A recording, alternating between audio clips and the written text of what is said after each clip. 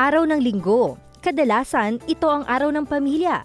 Pero dito sa homepage, ito ang araw ng aming paghahanda para sa aming homepage Medical Mission Caravan. Ang ilan naming staff ay kasama pa ang kanilang mga anak o pamilya para tumulong sa pagre-repack ng aming mga ipamamahagi.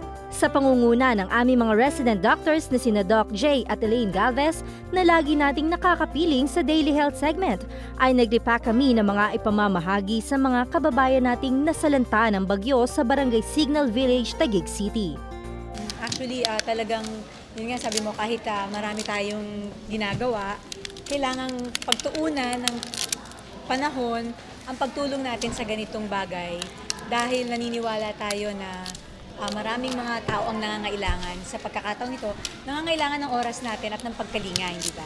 Tsaka alam mo, yung ganitong pagkakataon na inilalaan natin para sa ating mga kababayan na alam naman natin ang makikinabang, yung mga nasalanta ng nakaraang mga kalamidad, siguro hindi natin kayang palitan yon, no? Kung yung ating sarili nga ay nabibigyan natin ng pagkakataon, panahon, lalong-lalo na siguro yung mga kababayan natin. So, okay lang to, tsaka masaya itong ginagawa Masaya natin. na tayo ay nakakatulong at saka talagang kumbaga sariling desisyon namin na talagang pumunta rito para tumulong.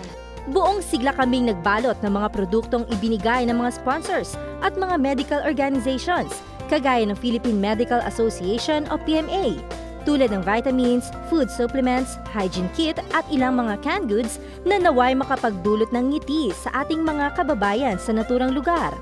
Ilan lang po kami sa mga production po ng homepage na nakikiisa po sa pagtulong po sa pagre-repack po para po sa darating na medical mission po sa Tuesday.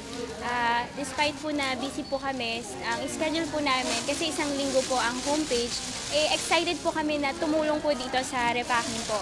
Super excited na po kami sa darating na Tuesday para po sa mga kababayan natin. Natutulungan po sa project nating medical mission po ng Alam nyo ba na maging ang kaay balita nating si Eden Suarez at iba pang staff ng Net25 ay nakiisa rin sa ginawang paghahanda?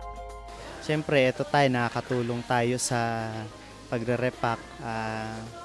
Hindi lahat may chance na makagawa ng ganitong bagay. Gumagawa tayo ng binigyan natin ng panahon, ng oras para magawa ito. Sabi ko ay masarap tumulong.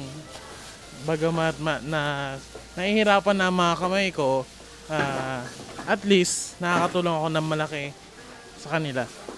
Kaya naman nang matapos kami sa aming pagre-repack, kasama ang buong homepage family, handa na kami para tumungo sa Barangay Signal Village para sa aming homepage medical mission caravan.